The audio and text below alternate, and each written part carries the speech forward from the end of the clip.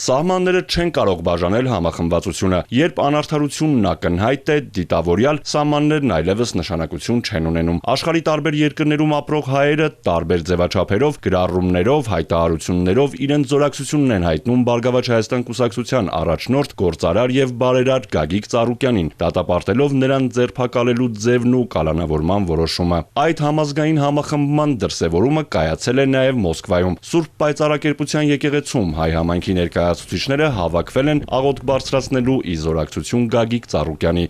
Օրհնյալ Տեր Հիսուս Քրիստոս ամեն։ Այդ որ հետինես սուրբ եկեղեցիա եկեղեցի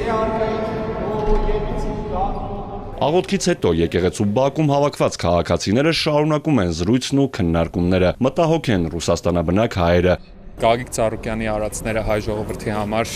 հանրայնացնելու ինչ-որ կարիք չունեն, բոլորն էլ դրա մասին տեղյակ են։ Այստեղ հավաքվածներից շատերը Գագիկ Ծառուկյանին անձամբ չեն ճանաչում, բայց բոլորն էլ, այսպես ասած, անձամբ ես մեծացել եմ իր արածները տեսնելով ու լսելով։ Ինքը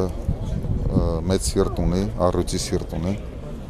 Ինքը սպորտսմեն է, ամեն դժվարությունները կարող է հաղթահարել իրար մեջ ու ամբողջ մեր հայ ազգը իրան գնահատում է ու ցանկանում եմ իրան շուտ ինքը դուրս գա։ Գագիկ Ծառուկյանի թե ձերբակալումը, թե կալանավորումը, թե բռնի միջոցները, ինչով կատարվեց, ընթացավ այդ process-ը, ապացույց են, որ Հայաստանի Հանրապետությունում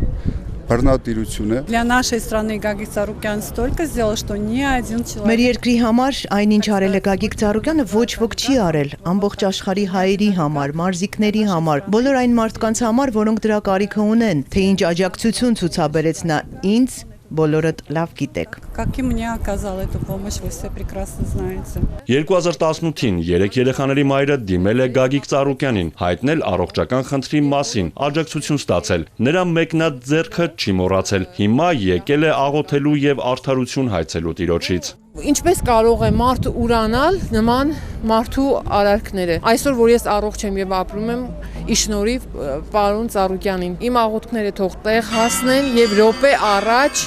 զանգնել ղողանջեց։ Թող առ Աստված իմ ձայնը հասնի, բոլորի ձայնը հասնի, պարոն Ծառուկյանը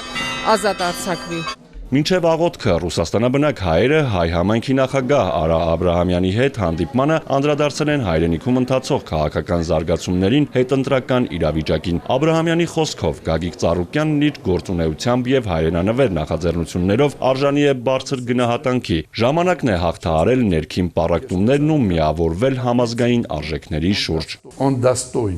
Ծառուկյանն արժանավոր մարդ է, նա ստեղծել է հազարավոր աշխատատեղեր, նրան այդ կերպ բերման ենթարկել է իսկական աղետ էր, այդպես չէր կարելի։ Մենք հանդես են գալիս նրա պաշտպանության օգտին եւ պետք է բոլոր հարցերը խաղաղ ու արժանապատիվ ճանապարհով լուծվեն։ Բոլորի ցանկությունն ու աղոթքները մեկ գաղափարի շուրջ են։ Նրանք համախմբված են ու շարունակելու են լինել ազգի արժանի զավակ Գագիկ Ծառուկյանի կողքին, ապավինելով Արարչի կամքին եւ հավատալով միասնական աղոթքի զորությանը, մեր հայրենակիցները հուսով են, որ ստեղծված իրավիճակը շուտով կստանա արդար հանգուցալուծում։